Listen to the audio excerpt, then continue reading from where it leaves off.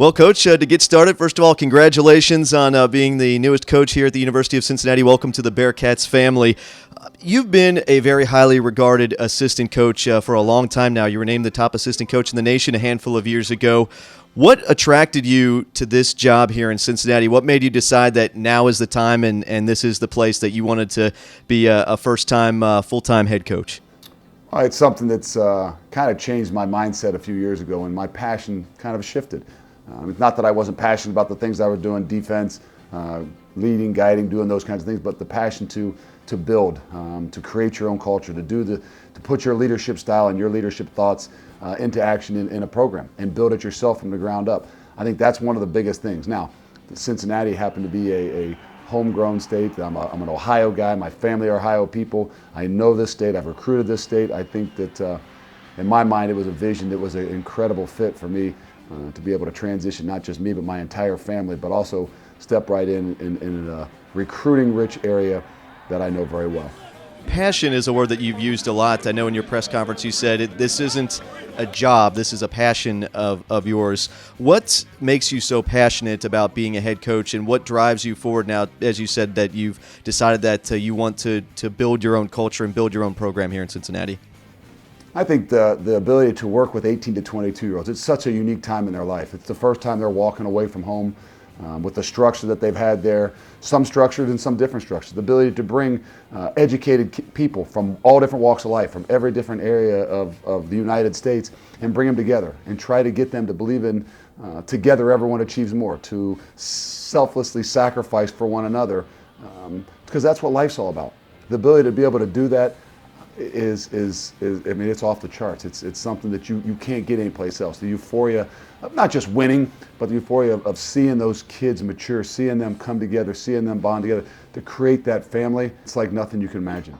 UC fans have very fond memories. The last time we saw a defensive coordinator from Ohio State make the trip down I-71 here for his first head coaching job, that was Mark D'Antonio about a little over a decade ago.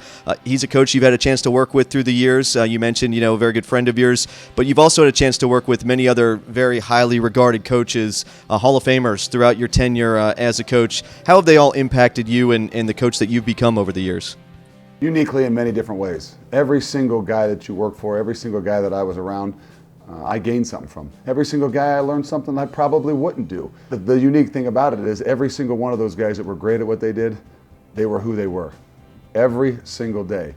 And there are ups and downs, and there are different ways of doing things. But the reality to be able to see those three Hall of Fame coaches, I've only coached for 4 different people, but to see all of them do it in their own ways is what really, really intrigued me. So I learned so much. It'd be hard to pinpoint, hard to say something from each guy.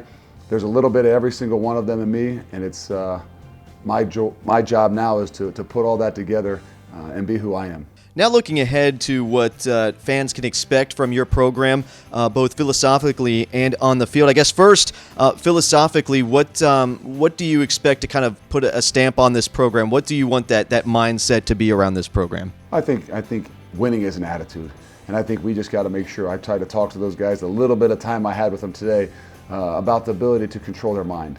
And that's the thing as we walk in the doors. The number one most important, yes, we're going to build their bodies. Yes, we're going to do all those things in the weight room. We're going to work our butts off on the football field. But every single day, we're going to try to work to build these guys' minds. It's in a mindset in everything we do.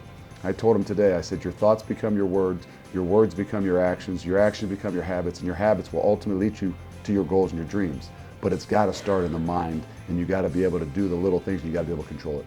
And then shifting gears to on the field, what can we expect to see from how you want to run this team, both defensively as defensive coordinator, offensively? What kind of style of football can Bearcat fans look forward to? Well, it's going to be exciting, and I've talked about it over and over and over again, and I just want to make sure we all understand that the number one most important thing is that we create the culture we need here.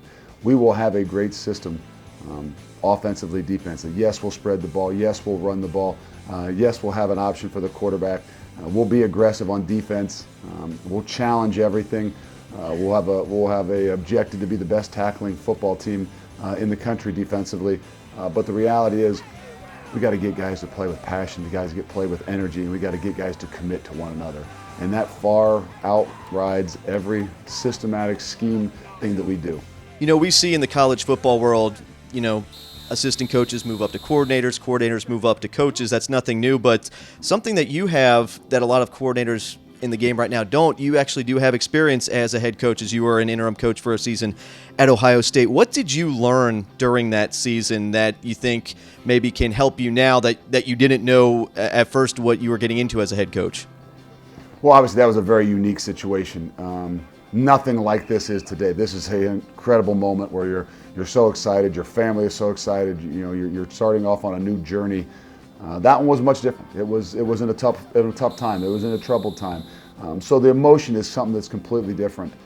But in that short amount of time, I learned an ungodly amount of things. I made an incredible amount of mistakes. I continue to move forward. I think that's one of the biggest ones. The reality is I learned about leadership, and you got to be who you are, because there's no way you can have consistency in what you do if you're not truly who you are every single day. It's too hard to fake. You can't do it. These kids are smart. They're intelligent. They know what they're seeing, and you don't want to do that to them. Probably the other thing is you got to be surrounded by great people.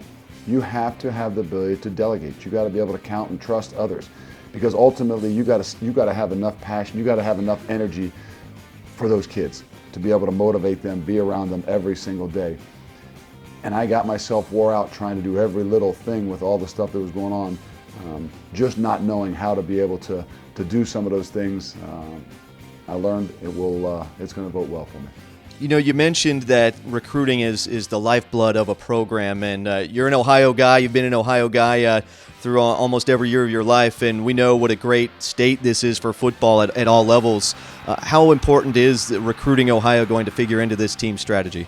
I think it is who we are. I mean, the great thing about Cincinnati, the whole entire state of Ohio, the 300-mile radius that we talk about is, this is the people who you want to build your program around, the culture of who they are. They're tough, hard-nosed, blue-collar. They grew up this way. They understand rivalries and different things about the game of football. That's what you got to make the core of your program. That's what you got to make the core of your team.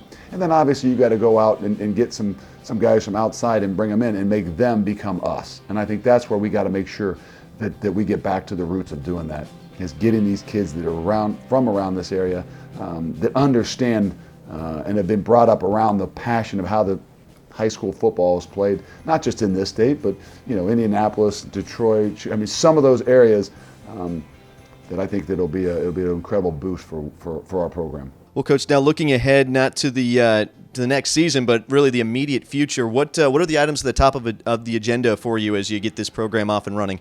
Well, everybody wants to talk about recruiting, but to me, the number one group of men that we need to recruit are our own. The guys that are in this program right now. I've challenged them. I asked them today to have that blind faith. They don't know me. They don't know a whole lot about me. They never chose me, but the reality is they've got me. And we're going to ask them to have some blind faith in what it is that we're doing. And we got to recruit them. We got to build the trust with them before we really, really can build anything with some incoming recruits. Now, do we have to go out and recruit? Yes, we do, and we will. But we still need to make sure we don't neglect those guys that are in this program, because that's where the games are going to be won this next year, and that's where the core of our program is going to have to be.